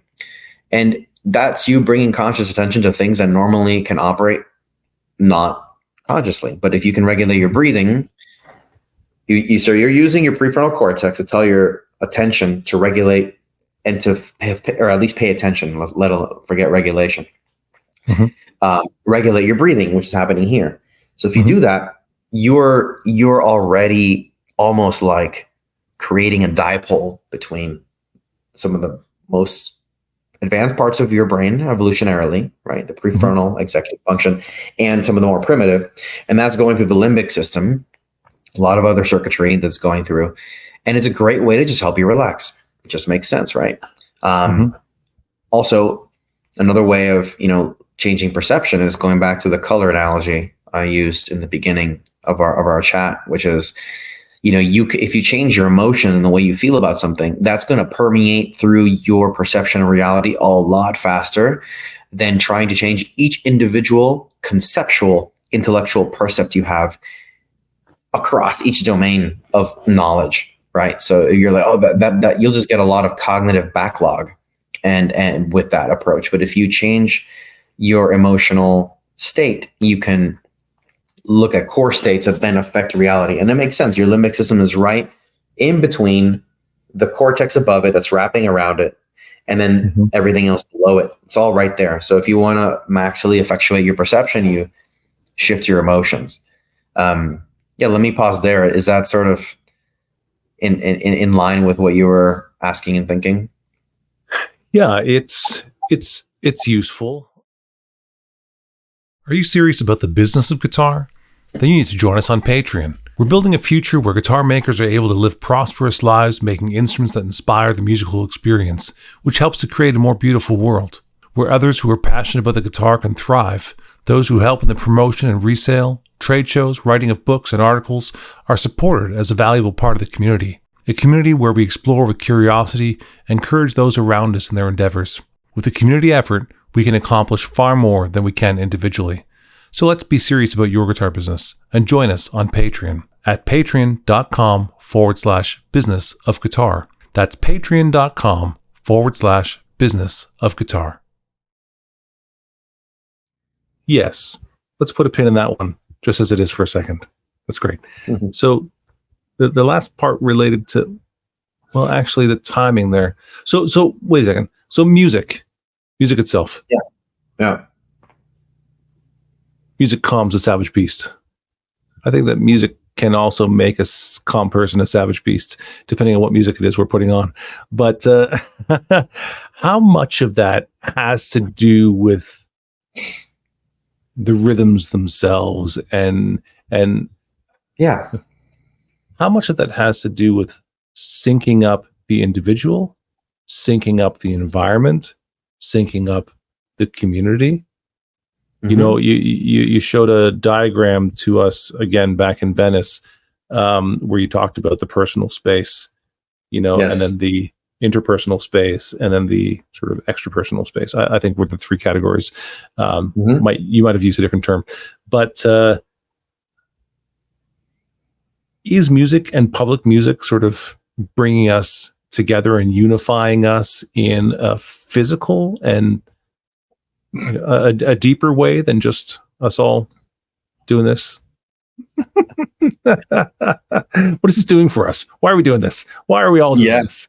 You know, I love this question, and we can really riff on this. It goes deep. So I mean,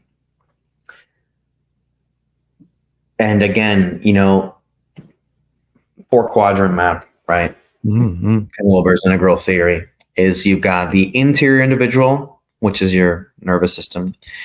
You have got the the interior individual is just your conscious experience, right? Like what you feel, the qualia, right? Like I see the color red and I feel something with it, or I'm listening to Beethoven's Fifth and I feel something. That's the interior individual. Exterior individual is the nervous system, something you can study from a third-person perspective rather than a first-person perspective.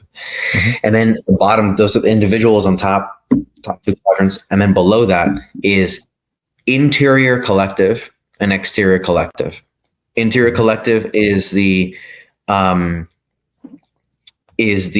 culture, shared meanings, and then the exterior collective is the societal, socioeconomic, socio-technical, and physical cybernetic systems. And music is operating in all these things, all of them. So nervous system, our heartbeat, our breathing rate. Is that uncommon? Are there a lot of things that operate in all of them, or is music in a smaller category that affects everything? Almost everything pretty much has effects in all quadrants. It's more of a lens you look at it through. All these things are co-arising and co-emerging ontologically and epistemologically in all domains. So, you know, I mean, if you're meditating, you're really focusing on the interior individual, right? But you're instantiating exterior individual, the nervous system, and you are meditating within the context of your life and your culture. So these effects are happening all the time, even though your focus and your window is your inner state, right? So with music, you can argue it's all about inner state, but their music when you're 15 years old, I think we may have talked about this at Biennale, which is like there's certain things you listen to when you're 15 that form a strata of memory, that at an early stage in life where it could be defining for you musically. It could not. You could evolve out of it. You know, you could listen to rock in your teens and become a jazz virtuoso later in your years and not think about rock anymore. That said, maybe some of those formative years had some interesting bonds with friends, you know, the music you listen to. So you're looking at the cultural, the interior collective there. And then societally, music, you know, you mentioned bobbing our heads together. So, you know, airwaves, music production, you know, even in film, you know, Hollywood, the things that go out into society at mass, which is it's all really, I'm going to use this word very loosely, propaganda, you know, in a way. We talk about propaganda like it's coming from a dictatorial state, and that's the way we look at propaganda. But propaganda is really something that perpetuates, you know, some kind of an interest that has an interest in being maintained, right? So music and film do this, and you know, songs about you know, romance and things like that are constantly, you know, there's a financial interest in keeping that kind of music going because it relates to a broad swath of people and their feelings. So now I want to go back to perception just for a moment, and that'll help catapult us even more deeply into this topic as you like. There's an author, Mark Changizi, who wrote a book called Harnessed, and in this book he discusses the kind of the evolutionary origins of music, and it's a really nice framing the way he puts it. I like it. It's essentially he's talking about, rhythm coming from, like, think about ancient hominid stepping on leaves, walking through a forest, and that's rhythm right there. And and then pitch is like, just like today you hear an ambulance and then the pitch changes as it goes by. So there are evolutionary reasons to want to be aware of rhythm, movement and time, pitch, movement and time. Exactly. And so you need to, this goes back again to the 3D imperative. So at that, the same thing with visual art, right? If certain lines crossing, colors, shapes, lines, it didn't become culturally aesthetic and kind of in a very systematic way for a long time. Yes, there was early art, you could argue that there always was, but there is also some very deeply entwined ways in which that relates to our very existence and not just aesthetic concerns. So with music, you can argue the same, right? So walking in a forest, protecting yourself, it's very useful to be aware of pitch and rhythm and other things and how percussive something is. If you hear a sound from far away, it may sound like something you might hear in ambient music. You're not immediately concerned with it. It doesn't make you jump up and down in your seat, but it's something that's like may affect your mood. You might hear something far away. You might hear the birds. If you hear something echoey, delayy, reverby, that is affecting the bodily self-consciousness. Like you mentioned, the rings around you, the interpersonal, extrapersonal space. Ambient is coming from far away, miles or closer, but it's not as immediately a threat to your physical existence. It'll have time for reflection. Yeah. There's time to reflect and think about it. Yeah. Yeah, exactly. And so it could have an effect though for your tribe. So you might hear something that's ambient and tell someone later, I heard this, or, oh, there was that over there, and then it's related, but it's not like someone's attacking you. So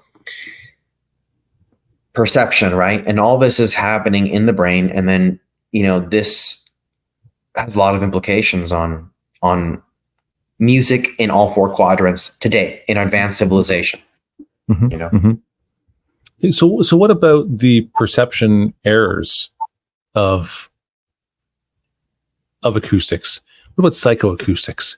We've heard about these experiments of people playing Stradavari violins versus modern violins, and in double-blind studies, and people choosing the not Stradavari violins, the not legendary violins, with a preference over another one, or actually, that's not a great example of psychoacoustics. The psychoacoustics would be, it's a Stradivari, and you're favoring it, even though if in the blind study you wouldn't favor it necessarily, because you don't know it's a Stradivari, right? So the psychoacoustics are you taking a bias and projecting it upon something because Stradivari is supposed to be the epitome of that. And so do you have something to say about psychoacoustics and its how that functions and how we might choose to manipulate that so that we, as the Who said, won't be fooled again? Should we not want to be fooled? Some of us want to be fooled. Plug me back in the Matrix. Give me the steak. Good night. Exactly. I mean, look. There's a perceived value, right? So people are equally are somewhat fascinated by legacy and tradition and greatness as a concept, right? So Stradivari, right? So that's an asset. I mean, if you have a choice, you can choose this thing that's probably pretty good, but maybe you don't need it, You reminded me of a video I saw. An artist was seeing a video of somebody performing their song in a guitar store. They're recording a video. The fan was recording a video of them performing another artist's song, and the price tag was hanging from it, and it was like $2,000 guitar. And the artist that was viewing this, he was like, "That's funny. I recorded that song with probably a $200 guitar." And that's kind of curious, right? Like there's an entire economy around how something makes you feel. And that's like the, luxury, right? Like, sure, we're all going to, you're going to feel really good with luxurious items around you, with a fur coat and stuff like that. A certain kind of brand of watch, a certain brand of car, and then you have the socioeconomic value. Is it an asset? Can you like take out a loan against it? So some people think about all these things, and the society has these big swirls of all these value chains that make people that incentivize people to prioritize some kinds of things. So I mean, purely from a perceptual psychoacoustical perspective, you might pick up a guitar or a violin, and it might satisfy what you want, but then the moment you are unblinded, or if you were unblinded from the beginning, it's an effect you'll be toying with. You'll be at the store like, I don't know which one of these things to get. It's because your priors, which are sending very strong predictions through your entire brain, can override your intuition. So the couple things that can, override intuition are addiction and just strong priors based upon some concretized idea, be it a memory, nostalgia, perceived external value. And, this goes back to the fashion example, right? You dress a certain way to impress. Or guitar, right? That's the guitar Jimmy Page played. And I've always wanted to have that guitar because he's the one who inspired me to play. And there's a value in that. And, what I'd like to know is it measurable? Is that even though it may not, chart out in a measurable sort of way as being a better musical instrument, do you get just as much satisfaction because it's been associated with your reenactment of the golden years that you want to relive? Does it even matter? So that's kind of the part I want to understand about the psychoacoustics. So if in a double blind you chose the other one, in that moment, does your brain register more positive affirmation, or however you might register the plus side of it prefers A over B? But then when you find out, does it flip? You say, no, I said that one. Oh, no, you didn't. We have it right here. We have you on video. So no, I'm sure of it. I definitely chose the Stradavari, or the bottle of wine, or whatever it happens to be, the classic Coke, Pepsi commercials, it's so yeah. Is it measurable? Is it when you think it is and are wrong, are you just as satisfied as when you choose the one that actually was your second choice, but it fulfills your expectations? Is that spike equal to the spike you had when you chose the wrong one? But am I communicating this properly? Yeah. No, it's a tricky one, but you're doing good. It's like there is a way to measure it, but sensational pleasure tends to override quickly. Let's see, easily outcompete. I don't want to say override it. Very much outcompete. Your deeper sort of decision or value, the New Year's resolution kind of value. Maybe you made it, so to speak. It's like, oh, that piece of candy. That's going to have a dopamine spike. Now, delayed gratification also has a really good dopamine spike, but it involves more executive function. So you can measure these things, but the level of pleasure response from getting the thing that you were like salivating over is going to probably have a much more perceivable effect when you measure it than that. Were you holding out on something or kind of like had a deeper, subtler preference before you even knew what it was. I I think it's all about how you construct the experiment. It really is. You have to be the experimenter. The hypothesis needs to be framed in a way where you're looking for those things and you know how to measure them. Otherwise, they'll just fly by the radar. Be outside of the range. But there must be something really exciting about that immediate pleasure, or else we wouldn't know what a hedonic treadmill was. And it probably might not know what gas is, because gas and hedonic treadmill might be the same thing. But yeah. But again, no one in my industry wants to know the answer to that. But entrenched interest and gear acquisition syndrome. Absolutely. I mean, I when I got a guitar,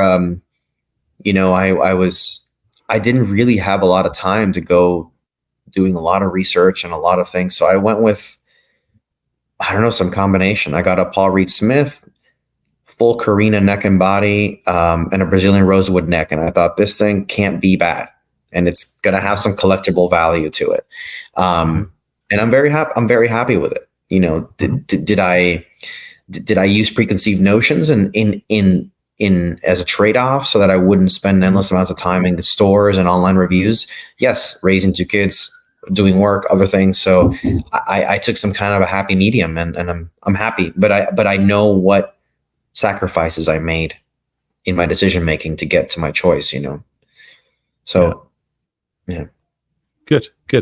Well, as far as my perspective is concerned on guitars, you chose a pretty safe one, because that is the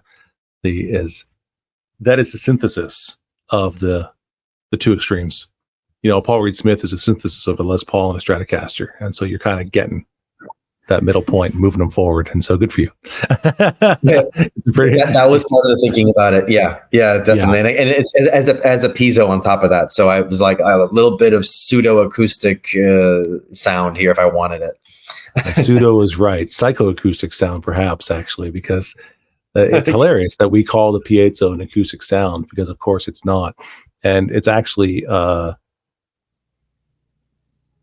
if it sounded anything like a good acoustic guitars would evolve towards that sound, but they don't. We're all trying to get away from it, but we still call it that. And I don't mean to insult your piezo pickup. I just think it's hilarious that we do call it that, because really it's an icon. It's an icon of what we think is an acoustic guitar, which is a series of unfortunate events which led to live recordings of this not acoustic guitar sounding thing that we associate with the image of it. So our brain connects it with the icon of the acoustic guitar, and now we say that's the sound of an acoustic guitar, but it's totally not. So that's a good little psychoacoustic moment, actually. All right. So before we wrap this up, you have recently co-authored a book with Dr. Ben Kurtzel called The Consciousness Explosion, A Mindful Human's Guide to the Coming Technology and Experiential Singularity. Yeah. And is this book out? You said this summer. Is it out now? Yeah, it's out. It's available since June, and it's there's a free PDF copy if you go to theconsciousnessexplosion.ai. You sign up for the mailing list, you get a free PDF copy, or it's available on Amazon for the print version. Here it is. There's a book. It probably appears backwards on the screen, but it is quite a tome. Substantial. I remember when I first picked it up, I was like, I did not know that it was going to be this thick, because I have been working with Google Docs the whole time.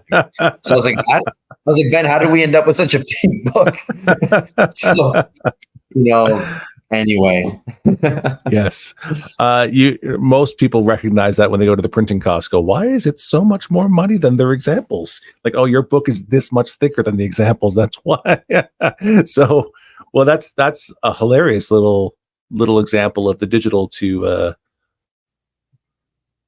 physical realm, I guess. So please tell us a bit about this book. Yeah. What should we know about it? So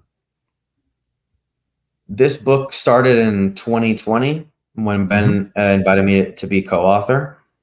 And it was basically like meant to be a book that was accessible to people about the intersection of AI and consciousness. And the idea is that the basic premise is that AI, with, as it takes off and then becomes AGI especially, and it becomes also widespread in the in the in society and so on, it'll afford new kinds of experiences.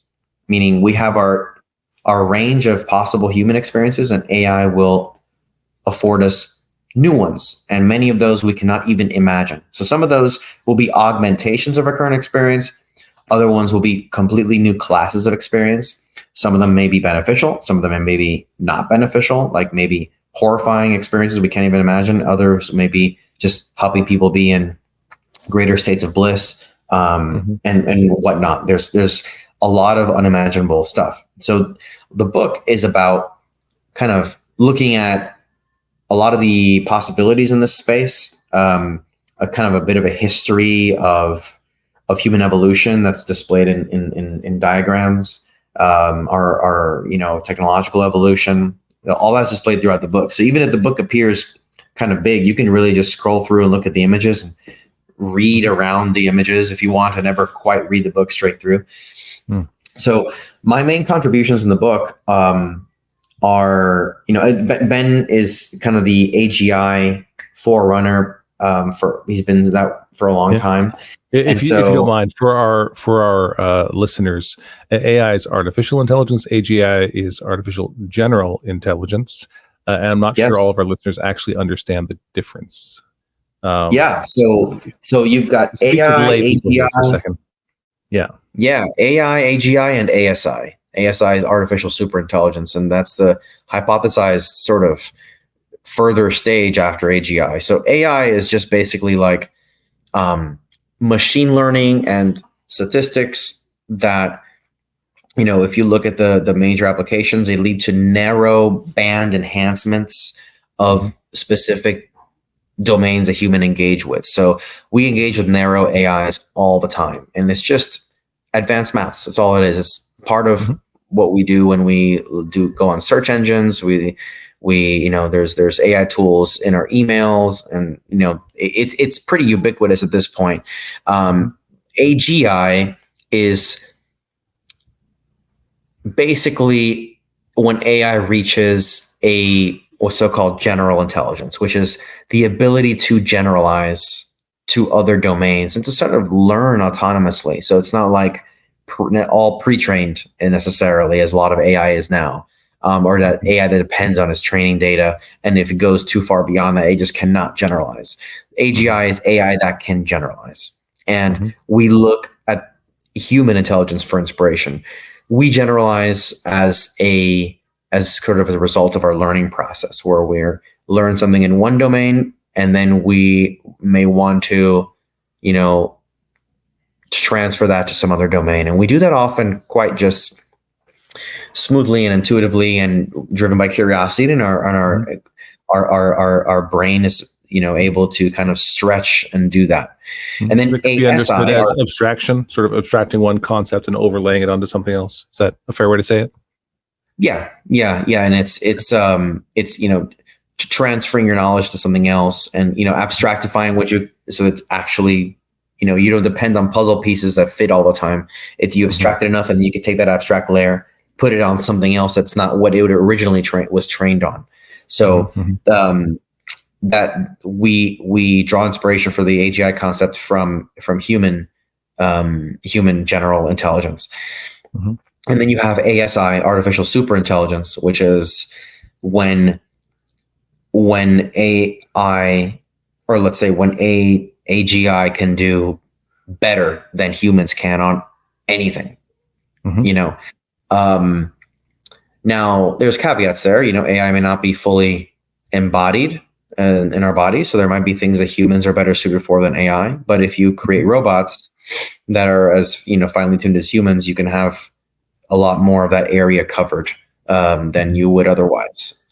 So the book talks about these different things, how society can be affected, the benefits of a decentralized approach, and Ben covers a lot of that. And my contributions are more around the consciousness and how do we prepare for this singularity. Singularity is when there's this merge between human,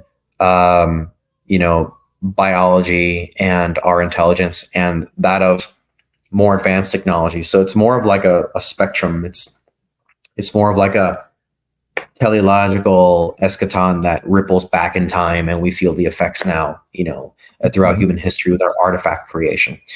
I should note that in 2017, I wrote an article about how there is an intrinsic part of the brain that seeks to self-replicate itself. So we're doing biological replication through our offspring, our children, but we also have a post-biological reproductive ability, which is in our cognition. And this is it's evident in the dualism of our minds. So to understand something, we're building it. So we seek to understand ourselves, but because we're open-ended apes, we when we became bipedal, we created a virtual hand brain loop so our hands were not tied to the ground anymore, and we weren't just looking for food on the ground and so on. All of a sudden, you have from prehension, grabbing something, to ostension, which is pointing, right? And so the hand brain loop is able to open, and it's open-ended, and it doesn't stop. So what that means is that whatever was in us that just had a closed loop for survival and for basic existence, open-endedly became just an evolutionary path. And so what we have with cognitive reproduction is basically that because we're constantly projecting our needs into the environment, and we'll build stuff to satisfy our needs, and then we'll build more and more and more. And that is evident in the entire archaeology of artifacts we've produced individually and collectively over time. So art, computers, calculators, AI is the latest one, really. That's the most cutting edge in our history. And some people say AI is the last, AGI is the last invention. So some people say, and you can understand why they say it. So there's this piece about, over time, we've accumulated more and more data to understand ourselves. And then to be able to process more data, we need to have higher compute, which then allows us to have more data, higher compute. And by one day we'll be like, oh, we kind of just, it looks like we replicated ourselves by creating such an advanced computer to process so much information. So my argument there is that there's an inherent drive to self-replicate, and we do that unconsciously by dualistic self-discovery. So in order to understand reality through our insatiable curiosity and also our needs in our species and for individually, collectively, we end up building versions of ourselves, but it takes a different form. So it's taken the form of AI right now, and it'll keep evolving to AGI and ASI, and all that will affect our cognition and our reality. And so that's all background. I wrote about this many years ago, but in this book, it's really about like, okay, where does the rubber meet the road? You've got to prepare for the singularity because, this stuff is going to affect you. And when it affects you, how well prepared were you for that to impact you? So so there's personal preparation, there's collective preparation. Both of those are covered in the book to some degree. You can write entire books on each of those topics. Right. But that's key. And I use a lot of my background interests in neuroscience, psychology, and, mind-body cultivation, if you will, all these practices that I've been passionate about for many years to discuss. And then, of course, on the collective level, you'll need governance, some governance efforts to try to govern the human process around AI. And then eventually governance will become therapy because AGI and ASI in particular will not need humans to govern it. That's in many ways. So human governance will play less of a role. And then it'll be about how do we find meaning in this new reality? Of course, all this I'm presenting through the limitations of bandwidth of time in language and expression. Yes. A lot of this depends on how widely adopted these things are and the socioeconomic systems that affect the world economy in terms of how fast these things are adopted. Some humans will never even need to interface with some of the more advanced versions directly. They might be governed by them, but you can go live in either the human zoo that AGI or ASI will create for humans, for some humans, or you can choose to live off grid. So what I always say is, learn to be maximally creative, learn to, think scientifically, and learn to farm. Learn to do things.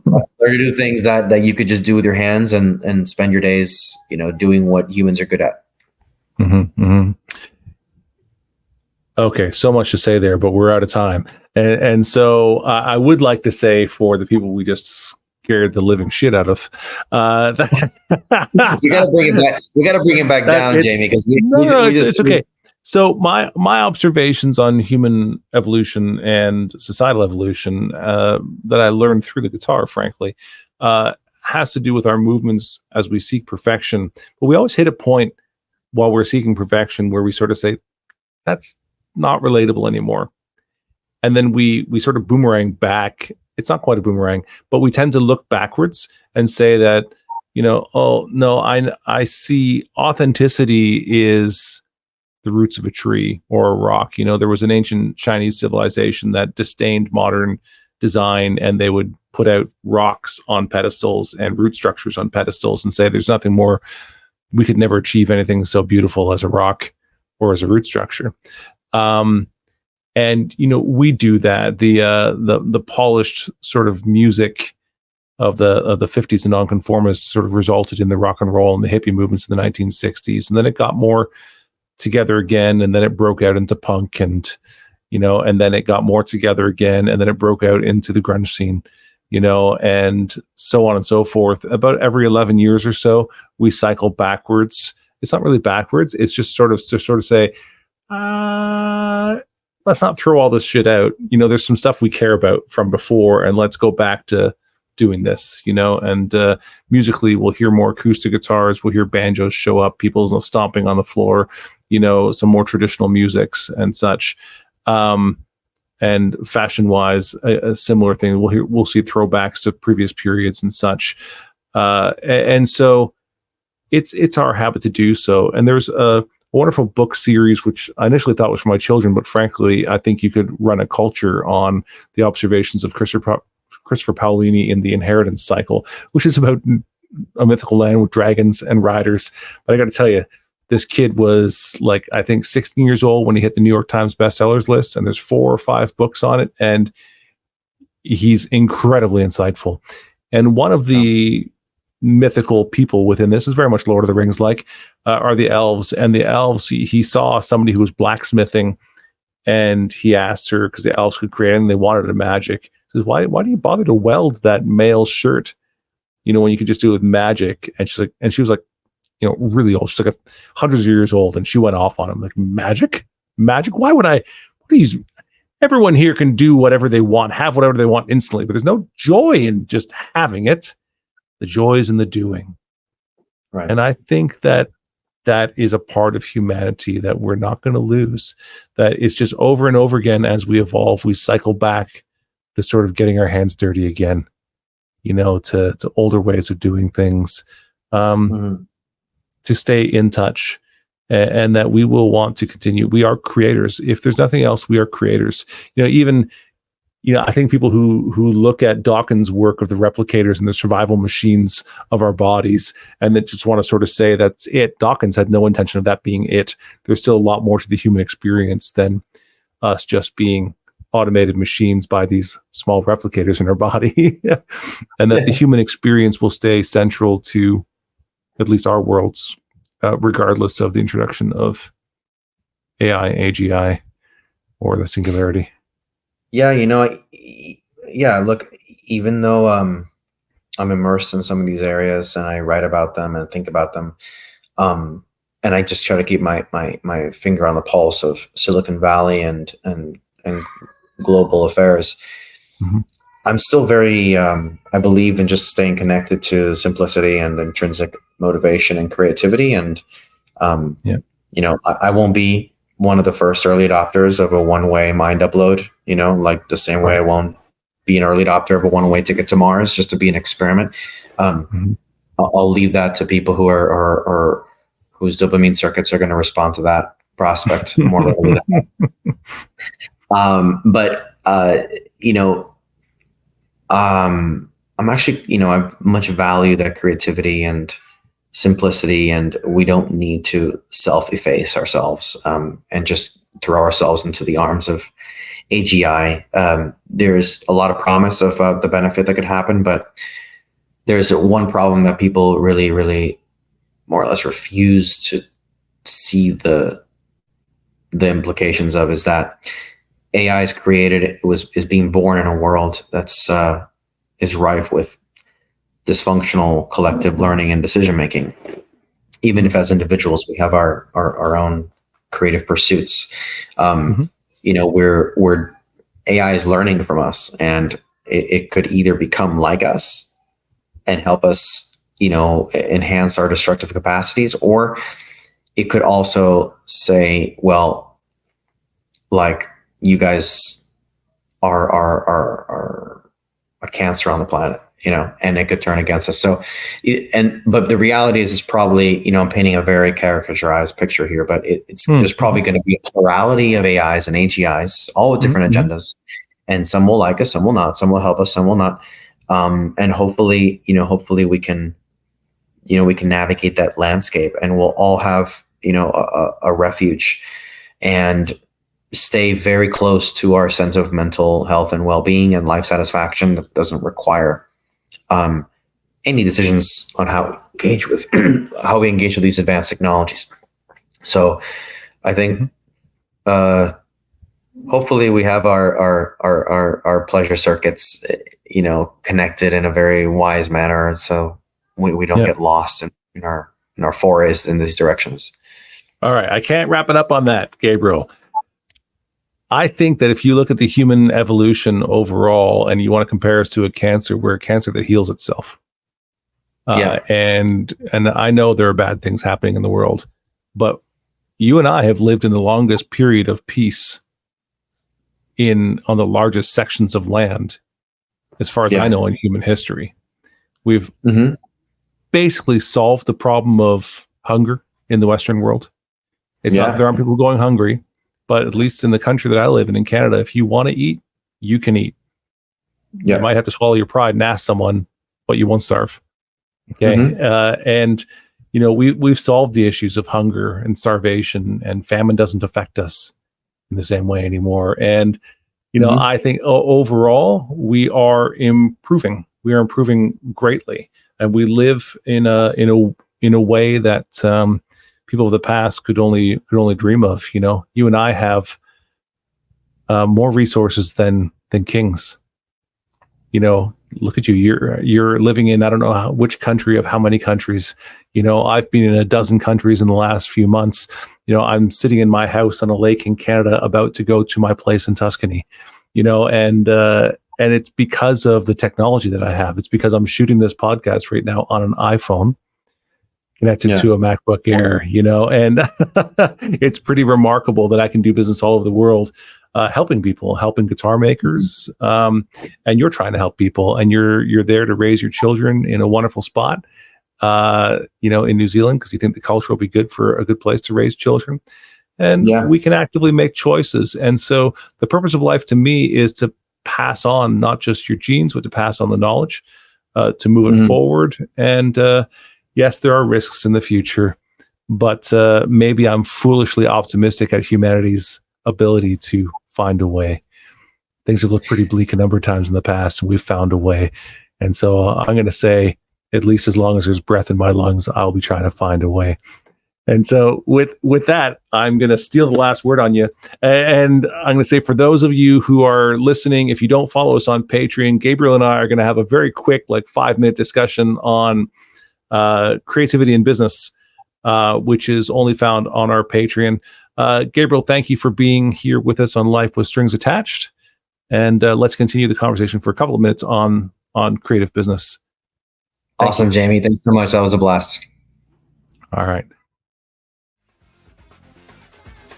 Thank you for watching and listening. You can find more episodes wherever you listen to your podcasts. And a special thanks to those who support us on Patreon. It's your support that enables us to do this work.